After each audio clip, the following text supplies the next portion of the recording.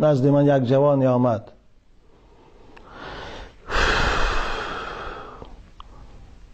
گویی باشه من با شما خلوت صحبت دارم، آدم نباشد. خوب مردم رفتن، مردم شین حاضر آدم ها سبک شوند. نزدیکتر شیست و حضرت گفت من خجالت هستم، لیکن باید گویم زیرا که من محتاج هستم بفهمیدن جواب این. یک خانم است گفت من خدا زدگی است، گفت من با او زنا میکنم، گفت من علاقه جنسی دارم. همون خانم به من پیشنهاد دارد که دختری منم گیر. دختر دارم، دخترم بالغ شده 18 تا 16. دختر من نکاح کرده میتیم تا گیرو، لیکن هر هفته یک بار قطعی خمم هم خوابگی کن.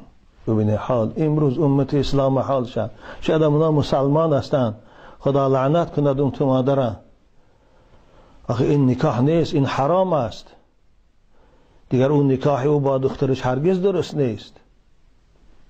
ببینید امروز زنهای تاجیکی ما رنگ حیوان شده هستند. دامادی که حکم فرزند دارد براش، مثل شوهرش با او معامله میکند. و این نکاح ها حرام است، اینها رو باید از یکدیگر جدا کرد.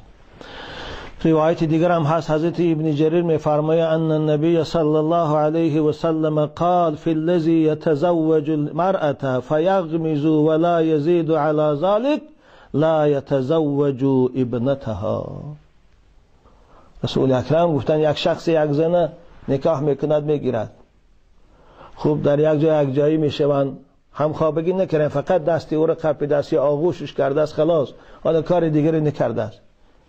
این مرد دیگر نمیتواند دختری او را به زنی گیرد، دیگر نمیتواند با دختری او نزدیک شود.